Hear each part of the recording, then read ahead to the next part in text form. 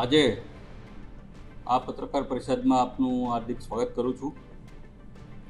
તમે જોયું છે કે ગુજરાતમાં ખાસ કરીને ગુજરાતની રાજનીતિમાં ઘણા વર્ષોથી દરેક પક્ષની અંદર જાતિવાદી વિચારધારાવાળા લોકોનું પ્રભુત્વ વધતું જાય છે, જેની અંદર ભારતીય જનતા પાર્ટી હોય તોય ભલે, કોંગ્રેસ હોય તોય ભલે કે અન્ય રાજકીય પાર્ટી હોય તોય ભલે, જેના કારણે ગુજરાત અને દેશની જનતાને આની સીધી અસર પડે છે। તમે જોયું છે કે 2020 પહેલાં હું ભારતીય જનતા પાર્ટીનો એક કાર્યકર્તા તરીકે કામ કરતો હતો અને ભારતીય જનતા પાર્ટી છોડી અને આમ આદમી પાર્ટી 2020માં મેં જોઈન કરી પછી અલગ પદ ઉપર હું સેવા આપી। છેલ્લે 2022માં બોટાદથી વિધાનસભાની ચૂંટણી લડ્યો। બોટાદની જનતાએ મને મારી ઉપર ભરોસો રાખી અને બોટાદનો ધારાસભ્ય પણ બનાવ્યો। ત્યાર પછી આમ આદમી પાર્ટી દ્વારા વિધાનસભાનો દંડક પણ બનાવવામાં આવ્યો, રાષ્ટ્રીય જોઈન્ટ સેક્રેટરી પણ બનાવવામાં આવ્યો। અલગ પદ ઉપર 5 વર્ષની અંદર આમ આદમી પાર્ટીના અનેક હોદ્દા ઉપર સેવા આપી। પણ ક્યાંક ને ક્યાંક તમે જોયું હશે કે જ્યારે પછાત સમાજની ગુજરાતની જનતાનો અવાજ ઉઠાવવાની વાત આવે, કોળી સમાજની જ્યારે વાત કરવામાં આવે ત્યારે ક્યાંક ને ક્યાંક દરેક પાર્ટીમાં ખૂટતું જણાતું હતું। ખાસ કરીને જ્યારે ભાજપમાં હું હતો ત્યારે ભારતીય જનતા પાર્ટી એમાં પણ તમે જોયું છે કે જ્યારથી ભારતીય જનતા પાર્ટીનો ગુજરાતમાં કે દેશમાં ઉદય થયો ત્યારથી લઈને આજ સુધીમાં ભારતીય જનતા પાર્ટી પછાત સમાજનો કે કોળી સમાજનો એક પણ આજ દિવસ સુધી મુખ્યમંત્રી બનાવવામાં નિષ્ફળ નીવડી છે। મુખ્યમંત્રીની વાત તો છોડો, પણ ભારતીય જનતા પાર્ટી પછાત સમાજનો પ્રદેશ પ્રમુખ પણ ઠાકોર સમાજનો, કોળી સમાજનો બનાવવામાં પણ નિષ્ફળ નીવડી છે। ક્યાંક ને ક્યાંક અંશે કોંગ્રેસ છેલ્લા 25-30 વર્ષથી સત્તાની બહાર છે, પણ તેમ છતાંય આજે પછાત સમાજના લોકોનો અવાજ પણ કોંગ્રેસ બની નથી શકી। એટલે કોંગ્રેસ પણ ક્યાંક ને ક્યાંક આજે પછાત સમાજની જે વાત જ્યારે આવે, કોળી સમાજની જ્યારે વાત આવે ત્યારે એનો વિપક્ષની તરીકે ભૂમિકા જે ભજવવાની જે ભૂમિકા હોય એ પણ કોંગ્રેસ પણ આ ગુજરાતમાં ક્યાંક ને ક્યાંક અંશે ઊંડી ઉપડી છે। તેવી જ રીતના જ્યારે હું જે આશાએથી આમ આદમી પાર્ટી મેં સંગઠનમાં જે અલગ હોદ્દાઓ જ્યારે ઉપર સેવા આપી રહ્યો હતો ત્યારે પણ મને આજે ખુદને એવો અહેસાસ થઈ રહ્યો છે કે આમ આદમી પાર્ટીમાં પણ સૌથી વધુ પછાત સમાજની ગુજરાતમાં વસ્તી છે, ઓબીસી સમાજની છે, કોળી સમાજની છે, મારા ઠાકોર સમાજની છે। ત્યારે ક્યાંક ને ક્યાંક મુદ્દા જે સમાજના ઉઠાવવામાં હોય ત્યારે પાર્ટી તરફથી ક્યાંક ઉણપ થાય છે। હોદ્દા, ઉચ્ચ હોદ્દા આપવાની જ્યારે વાત કરવામાં આવે ત્યારે ક્યાંક ને ક્યાંક સુવર્ણ સમાજને હોદ્દા આપવાની વાત કરવામાં આવે છે। એટલે આમ આદમી પાર્ટી હોય તોય ભલે, ભાજપ હોય તોય ભલે કે કોંગ્રેસ હોય તોય ભલે, જ્યારે પછાત સમાજના મુદ્દા ઉઠાવવાની વાત આવે, કોળી સમાજના મુદ્દાઓની વાત આવે, શિક્ષણની વાત આવે, કોળી સમાજના નિગમની વાત આવે ત્યારે બધા મુદ્દાઓ દરેક પાર્ટી ભૂલી જતી હોય છે।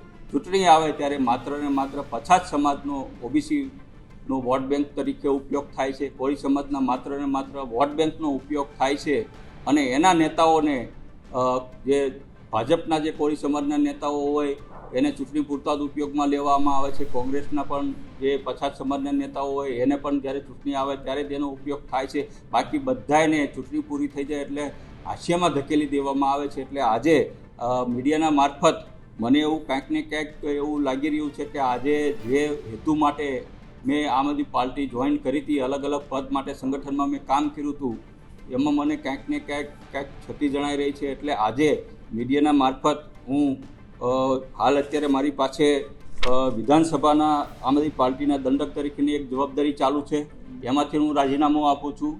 હાલ અત્યારે રાષ્ટ્રીય જોઈન્ટ સેક્રેટરીની મારી પાસે અત્યારે જવાબદારી છે, એમાંથી પણ હું રાજીનામું આપું છું। મારા શીર્ષ નેતૃત્વ માનનીય અરવિંદ કેજરીવાલને મેં આ રાજીનામું એમના પર્સનલ વોટ્સઅપ કરી અને મેં મોકલી દીધું છે અને વિનંતી કરી છે કે પાર્ટી મને દરેક પદ ઉપરથી જવાબદારી મુક્ત કરે અને મારી જગ્યાએ સારા કોઈ વ્યક્તિ જે સંગઠનનું કામ કરી શકે, જે ભારતીય જનતા પાર્ટીને આગળ એની સામે અવાજ ઉઠાવી એવા વ્યક્તિને લાવે એવી વિનંતી કરું છું. પણ ક્યાંક ને ક્યાંક મેં તમને કીધું એમ કે ભાઈ ભારતીય જનતા પાર્ટી હોય તોય ભલે, કોંગ્રેસ હોય તોય ભલે અને આમ આદમી પાર્ટી હોય તોય ભલે, જ્યારે પછાત સમાજનો અવાજ ઉઠાવવાની વાત આવે છે, પછાત સમાજને ક્યાંક આપવાની વાત આવવામાં આવે છે, મુખ્યમંત્રી બનાવવાની વાત હોય કે પ્રદેશ પ્રમુખ બનાવવાની વાત હોય, ત્યારે માત્ર ને માત્ર પછાત સમાજના નેતાઓનો ખાલી મત પૂરતો ઉપયોગ કરવામાં આવે છે. પછી ચૂંટણી પડી જાય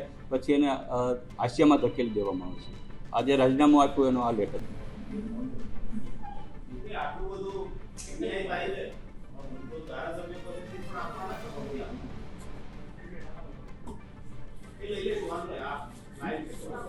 હા, હવે કોઈને કાંઈ પ્રશ્ન હોય તો આપ પૂછી શકો છો. એક એક આપણે હા પહેલા તમારો બોલ.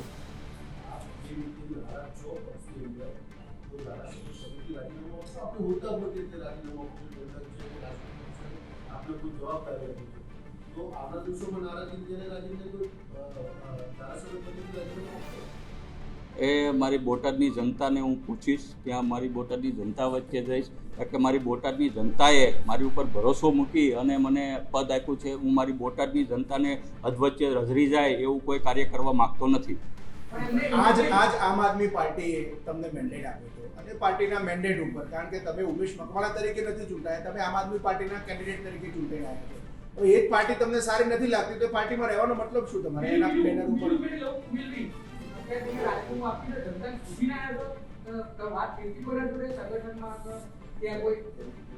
ઘણા બધા મારા આમ આદમી પાર્ટીના જે પદાધિકારી છે એની સાથે ચર્ચા વિચારણા થઈ હતી, ઘણા સાથે મારે વાત પણ થયેલી છે. આ હું રાજીનામું માત્ર ને માત્ર પદ ઉપરથી આપું છું. આમ આદમી પાર્ટીના કાર્યકર્તા તરીકે પહેલાં પણ ચાલુ હતો, આજે પણ હું ચાલુ છું, બરાબર. એટલે પાર્ટીના કાર્યકર્તા તરીકે હું કામ કરવાનો છું, પદ ઉપરથી રાજીનામું આપું છું. એનો મતલબ શું ઉમેશભાઈ? જો પાર્ટીમાં પછાત વર્ગનું, તમારા સમાજનું કંઈ ઉપજતું નથી, કોઈ પાર્ટીમાં માનતું નથી, તો તમારા પાર્ટીમાં રહેવાનો મતલબ શું છે? પછી તમે એટલે તો ભાજપમાંથી નીકળી ગયા હતા. પદ ઉપરથી રાજીનામું આપું છું એટલા માટે કે જે પદ ઉપર હું હતો વિધાનસભાના દંડક તરીકે, રાષ્ટ્રીય જોઈન્ટ સેક્રેટરી તરીકે, એમાં હું ક્યાંક ને ક્યાંક મારા ગુજરાતના સમાજને ન્યાય નહોતો અપાવી શકતો, મારા પછાત સમાજને ન્યાય નહોતો અપાવી શકતો. અને આગામી સમયમાં ટૂંક જ સમયની અંદર જે ગુજરાતનો અમારો જે પછાત સમાજ છે બધા દરેક આગેવાનોની હું ગાંધીનગરમાં અમારી મિટિંગ ટૂંક સમયમાં મળવાની છે, ત્યારે જે સમાજના લોકો નિર્ણય લેશે એ ચોક્કસ આપને અમે આગામી સમયમાં જણાવશું. ગોપાલ ઇટાલિયાની જીત થઈ અને તમને ખબર પડી કે દંડક પદ હવે છોડવું પડશે, એટલા માટે આ પ્રકારનો ઘટનાક્રમ છે. ઉમેશ મકવાણાની પાર્ટી પર આ બ્લેકમેલિંગ છે, કારણ કે ગોપાલ ઇટાલિયા ધારાસભ્ય બન્યા એટલે હવે એને દંડક બનાવવાના હતા. તમને પાર્ટીએ કીધું તમારા પદ છોડવાનું છે, ગોપાલભાઈને દંડક બનાવવાના છે, એટલા માટે તમે રાજીનામું આપો છો, પાર્ટીને બ્લેકમેલ કરો. નહીં, આજ સુધીમાં મને પાર્ટી તરફથી એવું કોઈ મેસેજ આપવામાં આવ્યો નથી મારી સાથે કોઈ વાત કરવામાં આવી. હા, મીડિયાના અમુક મિત્રોએ આ વાત કરી છે. અને રહી વાત, મેં કીધું દંડક માત્ર નથી, હું એક આમ આદમી પાર્ટીનો રાષ્ટ્રીય જોઈન્ટ સેક્રેટરી પણ છું, એ પદેથી પણ હું રાજીનામું આપું. એટલે કોઈએ મને પાર્ટી માટે રાજીનામું આપવા માટે કોઈ મજબૂર કરતું હોય અને માત્ર ને માત્ર ગોપાલ ઇટાલિયાના કારણે હું રાજીનામું આપું છું એવું કાંઈ નથી.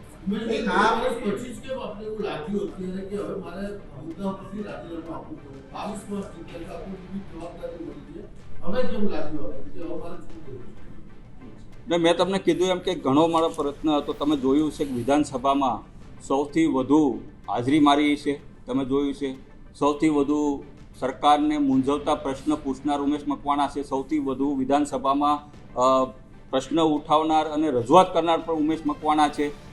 સૌથી જે વિપક્ષની ભૂમિકા તરીકે જે મારે વિધાનસભાની અંદર જે કામ કરવું જોઈએ એ મેં ચોક્કસપણે ગુજરાતની જનતા માટે, દરેક સમાજ માટે ચોક્કસપણે એ કર્યું છે. વિદ્યાર્થીના મુદ્દા હોય તોય ભલે, ઓબીસીના મુદ્દા હોય તોય ભલે, કે કોઈ સમાજના મુદ્દા હોય તોય ભલે, કે અન્ય સમાજના મુદ્દા હોય તોય ભલે, કે મારી બોટાદની જનતાના મુદ્દા હોય તો ખાલી માત્ર ને માત્ર વિધાનસભાની અંદર રજૂઆત નથી કરી, પણ વિધાનસભામાં મુદ્દા ઉઠાવીને પછી પણ કામ પણ કર્યા છે. એટલે એવું કાંઈ જરૂરી નથી કે મેં તમને કીધું એમ કે ભાઈ આજે મને એવું લાગી રહ્યું છે કે ભાઈ ક્યાંક ને ક્યાંક એકલું આમ આદમી પાર્ટી નહીં, મેં મારું સ્પષ્ટ તમને કહેવાનું છે, માત્ર ને માત્ર આ જે મારું કહેવાનું છે એ આમ આદમી પાર્ટીની વાત નથી, ગુજરાતની દરેક રાષ્ટ્રીય પાર્ટીની વાત કરું છું. એમાં ભારતીય જનતા પાર્ટી પણ આવી જાય છે. આજે તમે જોયું છે કે ભારતીય જનતા પાર્ટીએ આટલા વર્ષ પછી એક મિનિટ તમને જવાબ આપો, આટલા વર્ષ પછી પણ ભારતીય જનતા પાર્ટીએ એક મુખ્યમંત્રીનું નામ આપો જે પછાત સમાજમાંથી કોળી સમાજમાંથી આવતો હોય, બનાવ્યો હોય, પ્રદેશ પ્રમુખનું નામ આપો તમે મીડિયાવાળા, આજ સુધીમાં કેમ નથી બનાવી શકી? એવી રીતના કોંગ્રેસ તો સત્તામાં નથી પણ વિપક્ષનો નેતા પણ નથી બનાવી શકી. એટલે ક્યાંક ને ક્યાંક ગુજરાતની અંદર સૌથી વધુ મારી વાત સાંભળો, ગુજરાતની અંદર સૌથી એક બાજુ આપણે લોકશાહીની વાત કરવી છે ગુજરાતમાં, તો ગુજરાતની અંદર સૌથી વધુ જો વસ્તી ધરાવતો હોય તે કયો સમાજ છે? ઓબીસી સમાજ છે, પછાત સમાજ છે. તો જ્યારે મતની જ્યારે દરેક પાર્ટીને જરૂર હોય ત્યારે એના નેતાઓને દોડાવે છે. એ પછી ભાજપ હોય તોય ભલે, કોંગ્રેસ હોય તો ભલે કે આમાંથી પાર્ટી હોય તોય ભલે, જેવી ચૂંટણીઓ પૂરી થઈ જાય, પરિણામો આવે તો એ જ નેતાઓને સાડીમાં ધકેલી દે છે. કેમ એ નેતાઓને પ્રદેશ પ્રમુખ નથી બનાવવામાં આવતા? ભાજપ કેમ આજે સુધી મુખ્યમંત્રી ચહેરો નથી બનાવ્યો? એટલે કહેવાનો મતલબ મારે માત્ર આમ આદમી પાર્ટી પૂરતો નથી, આજે અમારા જે કાંઈ પછાત સમાજના અમારા આગેવાનો આજે ટૂંક સમયમાં અમે મિટિંગ મળવાના છીએ. એટલે આગામી સમયની અંદર અમે ચોક્કસપણે એ મોટો નિર્ણય લેવાના છીએ. નહીં, પારિવારિક નથી, લોકશાહી છે. આજે લોકશાહીનો વિષય છે, પારિવારિક વિષય નથી. ભાજપ કોઈ પરિવારની એક પરિવારની પાર્ટી નથી. ભારતીય જનતા પાર્ટી જે છે એ લોકશાહી તંત્રથી જીતે છે. આજે ગુજરાતની અંદર સૌથી વધુ વસ્તી ધરાવતો સમાજ હોય તો એ ઓબીસી સમાજ છે, પછાત સમાજ છે. 70% પછાત સમાજની વસ્તી આવે છે. તો શા માટે એનો એક પણ મુખ્યમંત્રી ભારતીય જનતા પાર્ટી નથી બનાવી શકી, પ્રદેશ પ્રમુખ નથી બનાવી શકી? એટલે કહેવાનો મારો વિષય એ છે કે જ્યારે પછાત સમાજના મત જ્યારે દરેક પાર્ટીને જોતા હોય ત્યારે એના ચૂંટણીમાં એના નેતાઓને મોકલે છે. જેવી ચૂંટણી પૂરી થઈ જાય તો દરેક પછાત સમાજના ધારાસભ્યો હોય, સાંસદ સભ્યો હોય એને ખૂણામાં બેસાડી દે છે. ઉમેશભાઈ, તમારી પાર્ટી 2022માં લડી ત્યારે તમારી પાર્ટીએ કયા ઓબીસી અથવા તો પછાત વર્ગના ઉમેદવારને સીએમ કેન્ડિડેટ તરીકે જાહેર કર્યો? તો બીજું, 2 મહિના પહેલા તમારું સંગઠન બોટાદનું જાહેર થયું, ત્યારથી તમે નારાજ ચાલો છો. એ વખતે ગોપાલ યાદવ તમને અહીંયા મળવા માટે આવ્યા હતા. એ વખતે તમે એવું કહેતા હતા કે મીડિયા વેચાઈ ગયું, મારી કોઈ નારાજગી નથી. અત્યારે તમારી નારાજગી સામે આવી છે, તો હવે તમે વેચાઈ ગયા એવું થયું ના? જો પેલો પ્રશ્ન તો એ કરું, મીડિયા વેચાઈ ગઈ એવું ક્યારે હું બોલ્યો નથી. તમારા કાર્યાલયમાં તમે બોલ્યા છો. મેં તમને એવું કીધું હતું કે અમુક યુટ્યુબ ચેનલો, હજી હું તમને સ્પષ્ટ કહું છું, અમુક યુટ્યુબ ચેનલો એના આજે મારી પાસે એના કવર છે કે માત્ર ને માત્ર અમુક વ્યક્તિઓના કહેવાથી ન્યૂઝ ફેક ચલાવે છે. જ્યારે મને પોતાને ખબર નથી ત્યારે એવા ન્યૂઝ ફેક ચલાવ્યા હતા. એ મને પણ ખબર છે કે આમાં ભાજપના અમુક કાર્યકર્તાઓ આગેવાનોના ઇશારે, આમ આદમી પાર્ટીના અમુક આગેવાનોના ઇશારે મને બદનામ કરવા માટે કે ઉમેશભાઈ ભારતીય જનતા પાર્ટીમાં જાય છે એવા ન્યૂઝ ચલાવવા માટે એ જ યુટ્યુબ ચેનલોને આમ આદમી પાર્ટીના ઉચ્ચ નેતાઓ દ્વારા પૈસા આપીને ન્યૂઝ ચલાવવામાં આવ્યા હતા. હજી પણ હું તમને કહું છું, એમાં હું મારી વાત ઉપર કાયમ છું. મને બદનામ કરવા માટે વારંવાર એ ન્યૂઝ ચલાવતા હતા. એટલે કહેવાનો મતલબ એમ છે કે આજે ઉમેશ મકવાણાને આમ આદમી પાર્ટીના અમુક નેતાઓ જે છે એ પણ ટૂંકમાં એને ખટકી રહ્યા છે. ભાજપના નેતાઓ જે છે એને પણ ઉમેશ મકવાણા ખટકી રહ્યા છે. કોંગ્રેસના નેતાઓ છે, કારણ કે મેં તમને કીધું એમ કે આજે જ્યારે હું વિધાનસભામાં પછાત સમાજનો અવાજ ઉઠાવું છું ત્યારે કોઈ થયેને કોઈ પાર્ટીને ગમતું નથી. એમાં આમ આદમી પાર્ટીના નેતા આવી ગયા, કોંગ્રેસના આવી ગયા અને ભારતીય જનતા પાર્ટીના આવી ગયા. ચોક્કસપણે મેં તમને કીધું એમ કે ભાઈ જ્યારે દલિતનો દીકરો લડે છે ગુજરાતમાં, એ આમ આદમી પાર્ટીનો જ કાર્યકર્તા છે. એ કોઈ બીજેપીમાંથી આવી નથી. આમ આદમી પાર્ટીએ જ એને મેન્ડેટ આપ્યો છે. તો કડીમાં શા માટે રિસોર્સિસ ન લગાડવામાં આવ્યા? વિસાવદરમાં જ કેમ લગાડવામાં આવ્યા? એટલે કહેવાનો મતલબ એમ છે કડીમાં માત્ર ને માત્ર ખાલી વિસાવદર કડીમાં એક રોડ શો થયો, એમાં મારી પણ હાજરી હતી. આતિશીજીનો, સંજયસિંહની એક માત્ર સભા થઈ હતી. એ સિવાય કોઈ રિસોર્સિસ નહીં, કોઈ બૂથ ઉપર મેનેજમેન્ટને આખી જે આમ આદમી પાર્ટીની જે કાંઈ રિસોર્સિસ હતા, જે પ્રદેશના નેતાઓ હતા, દરેક જિલ્લાના જે પદાધિકારીઓ હતા, એ બધા વિસાવદર હતા. કડીમાં કોઈ પણ એવા મોટા નેતાઓ ક્યાંય જોવા નહોતા મળ્યા. એટલે માત્ર ને માત્ર જે દલિત સમાજનો જે આમ આદમી પાર્ટીનો જે કાર્યકર્તા જે કડીમાં લડતો હતો, લોન 10 લાખની લોન લઈને લડતો હતો, એ આજે એની જાતને એકલો સમજી ગયો. એટલે ક્યાંક ને ક્યાંક મને પણ એવું થયું છે કે ભાઈ આમ આદમી પાર્ટી એની મૂળ વિચારધારા, જે બાબા સાહેબ આંબેડકરની જે મૂળ વિચારધારા હતી, જે ભગતસિંહની જે મૂળ વિચારધારા હતી, એનેથી ક્યાંક ને ક્યાંક ભટકી રહી છે. એટલે મને ક્યાંક ને ક્યાંક એવું લાગી રહ્યું છે, મારા શીર્ષ નેતૃત્વને હું આ મેસેજ આપવા માગું છું કે જે આપણે આમ આદમી પાર્ટીની જે મૂળ વિચારધારા હતી, જે ખરેખર બાબા સાહેબ આંબેડકરની હતી કે ભાઈ નાનામાં નાના ગરીબ વ્યક્તિઓ જે હોય રાજકીય રીતના આગળ આવે, સ્ટ્રોંગ બને અને નાનામાં નાના લોકોનો આપણે અવાજ બનવો જોઈએ.